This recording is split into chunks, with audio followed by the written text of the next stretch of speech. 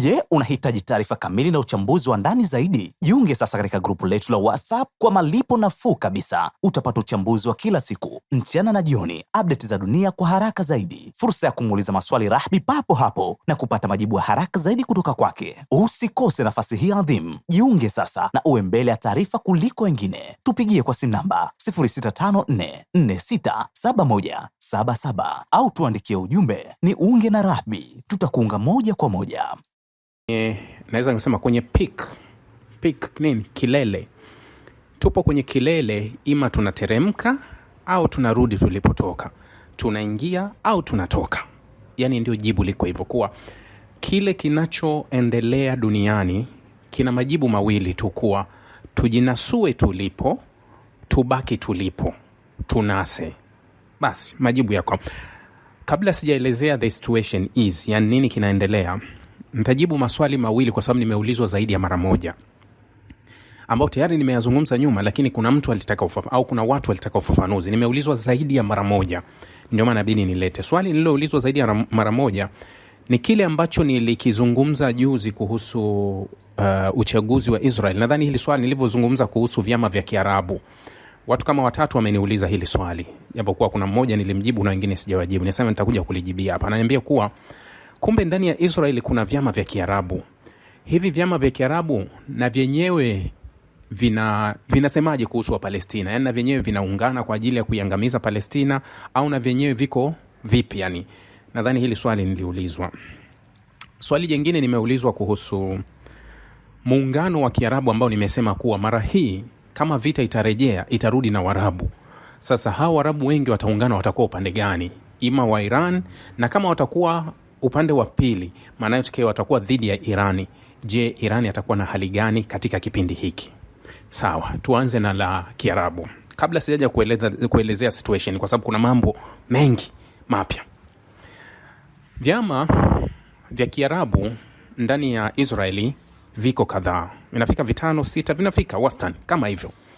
Na kama nilivyowahi kuambia kuwa hii nchi ina zaidi ya 20% ya Waarabu, zaidi ya 20% ya Waarabu. Ndio maana ukienda ukapima kwenye Israel na population kati ya 10 million, yani population yake ni kati ya milioni 10 na milioni 7, tuna kitu hivi kama milioni 7 na 300 ndio Wayahudi ambao wanajiita Wayahudi, kama milioni 7 na kitu. Wengine wanaobaki ni watu mchanganyiko, lakini 20% ni Waarabu, yani milioni 2 na kitu. Kiasili ni wa Palestina hawa, ambao wale walikubali uwepo wa taifa la Israeli, walikuwepo kuwa okay, Israeli na kuwepo. Vyama vya Kiarabu karibu vyama vyote ni vya mrengo wa kushoto. Swala la mrengo nilishawahi kulifafanua, nafikiri watu wananielewa. Mrengo, ukisikia mrengo wa kulia ni mtu mwenye itikadi kali, yani ndio mrengo wa kulia, right wing.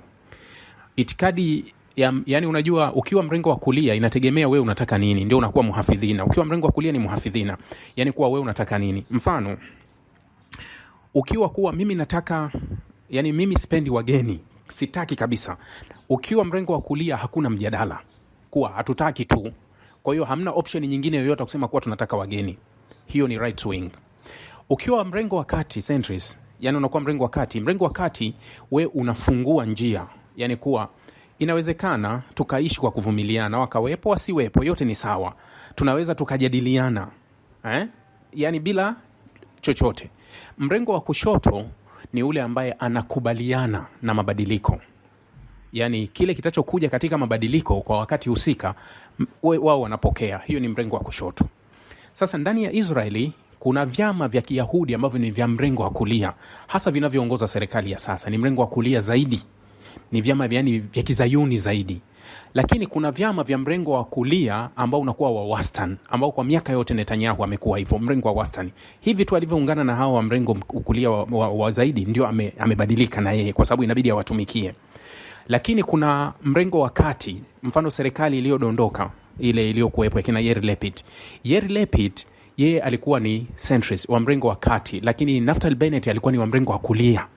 Lakini waliungana katika serikali moja ambayo ndani yake pia kulikuwa kuna vyama vya mrengo wa kushoto ambao vya Kiarabu na vingine, na Wayahudi wengine wana vyama lakini vya mrengo wa kushoto ambao wanakubaliana na uwepo wa taifa jingine, two state solution. Sasa ukiuliza hawa Waarabu waliopo pa Israeli wanakuaje, hawa Waarabu ni wa mrengo wa kushoto.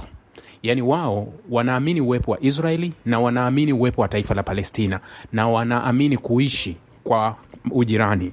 Ndio hawa Waarabu waliopo, ambao pia na baadhi ya vyama vya Kiyahudi pia viko vyenye msimamo huo, mrengo wa kati, ambao vinakubaliana na two state solution na wengine. Nafikiri nimefahamika kwenye hili. Haya, jambo la pili, ikiwa vita itazuka na Waarabu wataingia, Waarabu wakawa dhidi ya Irani, nini kitatokea? Nimelieleza kuwa hali ni mbaya katika hizi nchi za Kiarabu, hali ni mbaya, na ukiangalia jicho la moja au la pili utahisi kuwa anasomwa adui ni mmoja, Irani, na hilo linasoma kwenye makasiri ya wafalme kuwa adui yenu ni Irani. Kwenye meza anayoketi Marekani na Israeli inasoma vingine. Israeli na Marekani wanapoketi na Waarabu ndio wanawaaminisha kuwa adui yenu ni Irani. Israeli anapoketi na Marekani, wao hawaoni kwenye hilo, wao wanaona wote ni wamoja. Irani na Waarabu wote ni wamoja, kwa hiyo target ni wote, yani lengo ni wote. Kama itatokea wakaingia wao kwa wao kati ya Waarabu na Irani, wakaingia katika mzozo au katika vita, atafaidika na hao mzozo ni Israeli. Israeli atafaidika kwa sababu itakuwa wote watakuwa wamedhoofika, vita itakuwa kubwa na watajidhoofisha wao. Yani Irani atawashambulia Waarabu, Waarabu watamshambulia Irani. Israeli atawasaidia Waarabu kwanza kumshambulia Irani mwenye nguvu, halafu Irani mwenye nguvu atapokuwa katepeta, yani kuwa hana uwezo sasa, Israeli atageuka atawashambulia Waarabu. Wote atawashambulia hali ya kwa sababu wao walikuwa wanahesabu kuwa tumeshinda au tumeondoa tishio. Watakuja kustuka kuwa kuna tishio jipya ambalo ni Israeli, ambayo yeye kawalemaza wote. Lengo kuwavunja nguvu kabisa hawa wote. Ukitaka kulijua hili ninachokwambia, nenda kasome mkataba wakati bin Salmani alivyokuwa Marekani kwa Donald Trump. Alisaini mkataba wa kuuziwa F-35 ndege za F-35. Israeli walipendekeza kipi? Israeli walipendekeza kuwa asipewe F-35S ambazo kama anatumia Israeli, yani asipewe ndege daraja la kwanza, apewe daraja la pili au la tatu, ambazo kuwa haziwezi kushindana na ndege zipi alizonazo Israeli, kwa sababu Israeli hamuamini Saudi Arabia. Lakini wakienda kwenye meza, Saudia anawekwa equal, sawa na Qatar, sawa na UAE, sawa na wengine, nyinyi ni washirika wetu. Lakini kiuhalisia wanapobaki wao kwa wao hakuna ushirika. Yani wanapobaki wao kwa wao, Israeli anawaona wote hawa ni Waarabu ambao ni threat. Kwa hiyo ikitokea vita hiyo, itakuwa ni ushindi wa Israeli, sio ushindi wa Waarabu kusema kuwa eti wameondoa tishio. Itakuwa ni ushindi wa Israeli, kwa sababu Israeli atafaidika na Waarabu watakuwa wamelemaa, wamelemezana. Irani kawashambulia mpaka wamekwisha, na wao wamemshambulia Irani mpaka yuko hoi. Kwa hiyo Israeli atakuwa anagonga tu juu ya vichwa tanta, na yeye anakuja kufaidika na mgogoro huo. Ikibidi kuwa hivyo, Israeli atafaidika na hilo. Sijui nimefahamika kwa hilo. Sasa nilichozungumza mchana kuwa hali haikuwa nzuri katika matishio ambayo yalikuwa yanaelekea ishara kabisa kuwa tunakwenda kwenye kipindi kigumu, na hiyo ndio imebaki kuwa hivyo. Lakini baadhi ya vyombo vya habari mchana vikaanza kutoa taarifa, vikiwemo vyombo vya Irani. Tasnim News imetoa taarifa na vyombo vingine vya habari vimetoa kuwa Irani imewasilisha majibu katika vifungu 14 vya proposal iliyopelekwa na Marekani. Wamewasilisha. Sasa kabla sijalizungumza hili, nataka kukuambia kitu kimoja ambacho kinaweza kika-connected kutoka kwenye kutoka kwenye mazungumzo yangu ya mchana. Kwa nini kuna hili tishio? Pakistani imepeleka wastani ndege 16 za F-17. Mnazikumbuka hizi ndege za F-17 hizi ambazo Pakistani alizitumia kwenye mgogoro wake na India, ambazo walizidungua zile ndege za Rafale. Mnazikumbuka ndege za Rafale za Ufaransa kati ya mzozo wa India na Pakistani? Mnakumbuka tulijadili hapa. Hizi ndege Pakistani amechukua, amepeleka Saudi Arabia.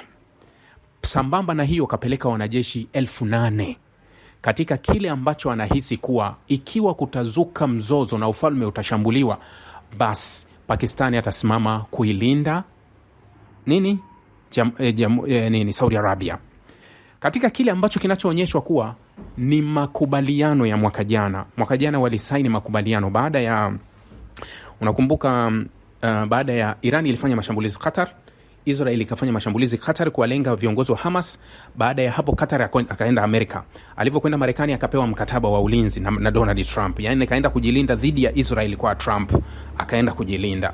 Baada ya hapo Saudi Arabia kukatokea kile ambacho ilikuwa ni maandiko na vile vyombo vya habari vizunguka, au ile interview alifanya Mike Huckabee kama mnakumbuka, balozi wa Israel, balozi wa Marekani ndani ya Israel, akasema kuwa Israel inaweza ikaichukua eneo la Arabu inayochoona, yani kuwa ikatengeneza Greater Israel. Greater Israel ni threat with Saudi Arabia, anaingia moja kwa moja. Kwa Saudi Arabia baada ya kuona kuwa chokochoko za Greater Israel zimezidi, akaenda kutafuta kivuli cha nuclear cha Pakistani ana nuclear. Kwa hiyo Saudia akaenda kusaini agreement. Alivyo saini agreement kubwa, Saudi Arabia alisaini agreement kubwa ya mkataba wa ulinzi na kila kitu na Saudi Arabia na Pakistan. Kwa hiyo ule mkataba ukasababisha ugomvi mpya ambao UAE alikuwa kampatia pesa nyingi Pakistani kwa ajili ya ununuzi wa silaha ambazo zilitakiwa ziende Sudan kwa washirika wake. UAE akakata ile agreement. Ikawa kama vile kuna ugomvi uko pembeni juu kwa juu. Hivi sasa unaambiwa kuwa Pakistani imepeleka ndege na vikosi katika kujaribu kulinda. Hili ni katika alert iliyopo. Yaani hii inafanyika katika tishio ambalo linaonekana liko wazi, na kile ambacho nimewaambia kuwa kuna tishio ambalo linaonyesha Waarabu wataingizwa watake wastake kwenye hii vita ikiwa itazuka. Yaani wataingizwa moja kwa moja. Sasa Israeli tayari wanachochea kuni, na hili swala la mazungumzo kusema kuwa kunatakiwa mazungumzo yafanyike, wao haliwavutii sana na wala hawalipendi na wala hawalitaki katika ile nadharia yao ambao kawaida inakuwepo. Sasa taarifa iliyoandikwa na Tasnim News inasema Irani imewasilisha kwa maandishi hivi karibuni pointi 14 kupitia kwa wapatanishi wa Pakistani ambaye atawasilisha kwa Marekani. Chanzo hicho kilisema Jumatatu kwamba Wamarekani hivi karibuni walituma maandishi ya majibu kuhusu pendekezo la awali la Irani ambalo pia liliwasilishwa katika vifungu 14. Irani, sambamba na utaratibu wa hivi karibuni wa kubadilishana ujumbe, imewasilisha tena maandishi yake katika pointi 14 kupitia mpatanishi wa Pakistani baada ya kufanya marekebisho, chanzo kilisema. Kulingana na chanzo hiko, maandishi mapya ya Irani yanalenga mada ya mazungumzo ya kukomesha vita na hatua za kujenga imani kwa pande zote, Marekani pamoja na Irani. Hiyo taarifa inasema hivyo. Chanzo kilicho karibu na timu ya mazungumzo ya Irani kiliambia Tasnim kwamba tofauti na maandishi yake ya awali, Marekani imekubali katika pendekezo lake jipya kuondoa vikwazo vya mafuta vya Irani wakati wa kipindi cha mazungumzo. Chanzo hicho kilieleza kwamba kuondoa vikwazo kunamaanisha kuachiliwa kwa muda vikwazo. Irani inasisitiza kwamba kuondolewa kwa vikwazo vyote dhidi ya nchi hiyo lazima kuwe sehemu ya ahadi za Marekani. Hata hivyo, Marekani imependekeza kuondolewa kwa vikwazo vya ofisi ya udhibiti wa mali za kigeni tu hadi uelewa wa mwisho utapofikiwa. Maelewa? Maana yake kuwa Marekani kapeleka ofa yenye marekebisho kuwa tutawaondolea vikwazo, njoni kwenye mazungumzo na tubaki kuondoa kwanza uhasama na kila kitu. Hii nimeisema mara kadhaa. Hii ni ajenda ambayo Marekani wanaitaka. Yaani kama wa Marekani wangekuwa wa kweli wa nafsi zao, kama wanazungumza kuhusu ukweli wa kile kinachoendelea, basi wangezungumza kwa uhuru kabisa, jamani tunataka tuzungumze tumalize huu mzozo. Sisi hatutaki kurudi kwenye vita. Yaani wangelizungumza katika nadharia pana. Kwa sababu niliwaambia kuwa wakati unakumbuka kwenye mkutano wa Hexet na wanahabari akiwa na Dan Ken anasema kuwa katika usitishaji wa vita ambao tumesitisha, Irani imetushambulia mara takriban ngapi? Mara 10. Mara 10 Irani imetushambulia katika kipindi cha usitishaji wa vita. Nikawauliza, tabia hizi za unyonge kwa Marekani zimeanza lini? Yaani Marekani amekuwa mnyonge lini? Yaani kuwa unaweza kumpiga akatulia akakubembeleza, unampiga akatulia akakubembeleza. And then Dan Kenya anasema kuwa hayakuwa mashambulizi ambayo yaliyosababisha kuvunja makubaliano au kutufanya sisi turudi kwenye vita. Rudi katazame Irani wameshambulia kwa nini? Unasikia ballistic missile. Wameshambulia kwa ballistic, sio hata drone, ballistic.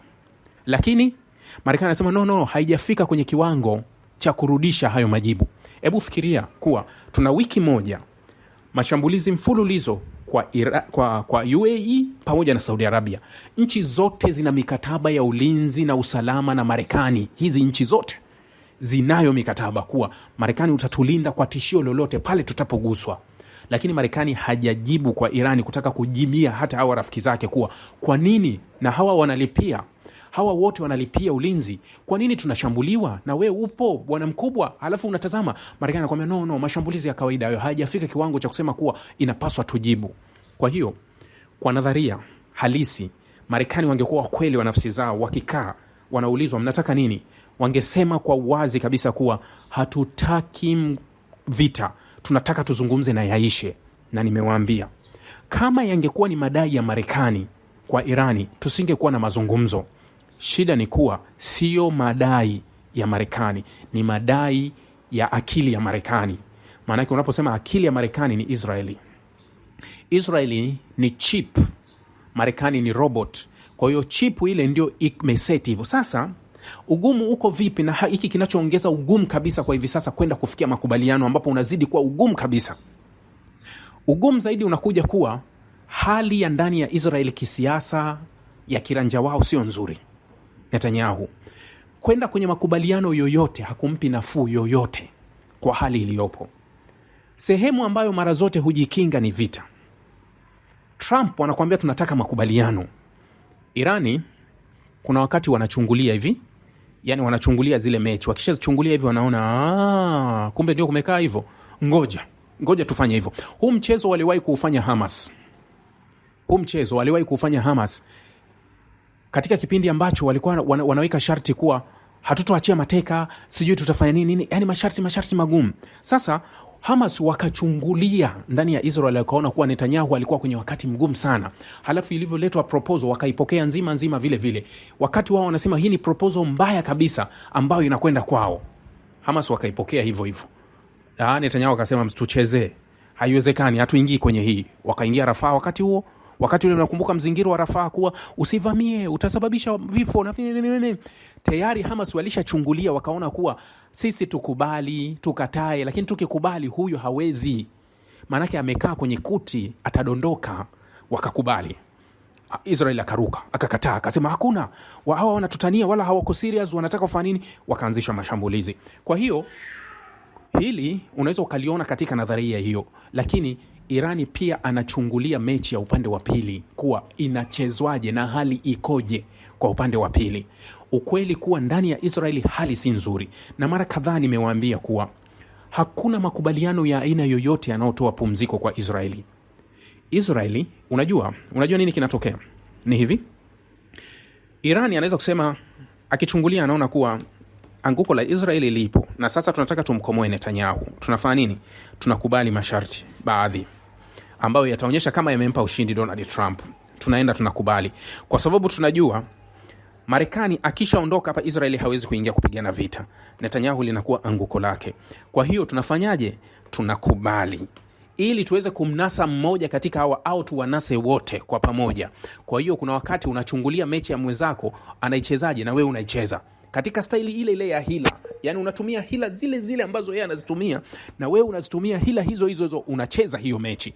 Sasa nilishasema kuwa ni wakati gani na lini ambapo Israeli itaweza tena kuishawishi Marekani ikusanye askari waliopo hivi sasa. Yani takriban askari 50,000 walienda Mashariki ya Kati. Ni wakati gani Israeli itaishawishi Marekani kutoa meli za kijeshi zile kubwa nenda huku? Ni wakati gani Israeli itaishawishi Marekani kutuma ndege zaidi ya 300 takriban ziende pale? Yani leo ukifika kwenye uwanja wa ndege wa Ben Gurion ni kama kambi ya kijeshi ya Marekani. Ndege zimejaa mpaka zimemwagika. Zote ziko pale Ben Gurion, Israel, Tel Aviv. Ndege zimejaa za kila aina pale za kijeshi za Marekani. Sasa huu ni wakati ambao Israel kila akiuchungulia anasema ni wakati wa mavuno. Kama tutaruhusu hawa waliokuja waondoke na hatujatimiza kile ambacho tunakitaka sisi, ni lini tutawarudisha tena hapa? Kwa sababu toka tumeanzisha hili taifa linaitwa State of Israel, toka limeanzishwa kuwa hapa, hatujawahi kupata fursa kama hii yani fursa dhahabia, Warabu wanasema fursa ya, yani nafasi ya dhahabu ambao unaweza kusema umeipata nafasi ya dhahabu kama hii, tutaipata lini? Kwa hiyo tunafanyaje ili nafasi tuweze kuitumia? Kwa sababu kama kutakuwa na makubaliano, it means haya madege yote yataondoka, hawa askari wote wataondoka, kila kitu kitaondoka. Sisi tunabaki na nini? Tunapata nini?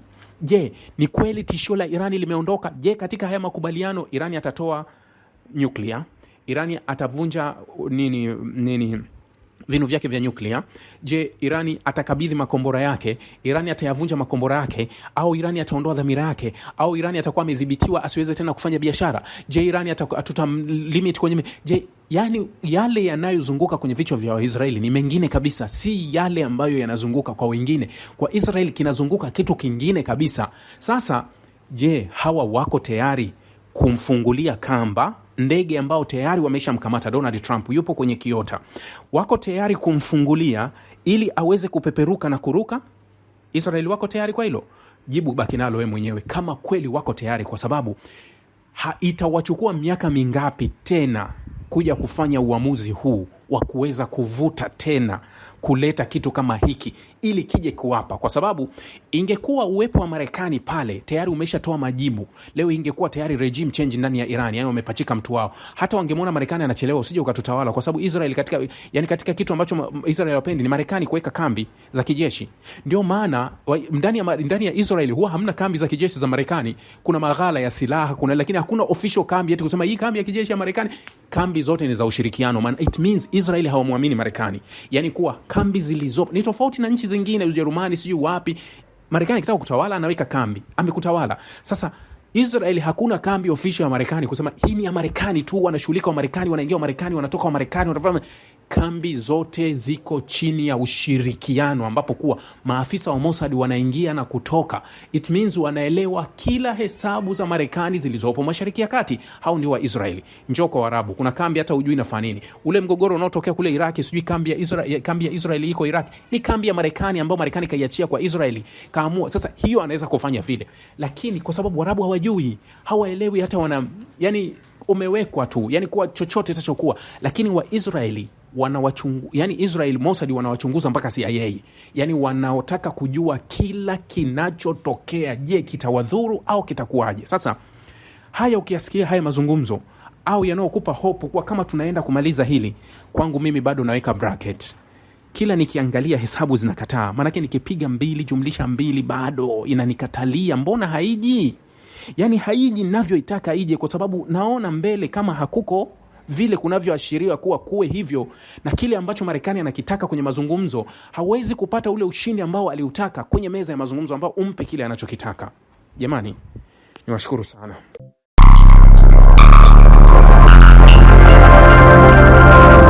Rahby Digital, haki na ukweli.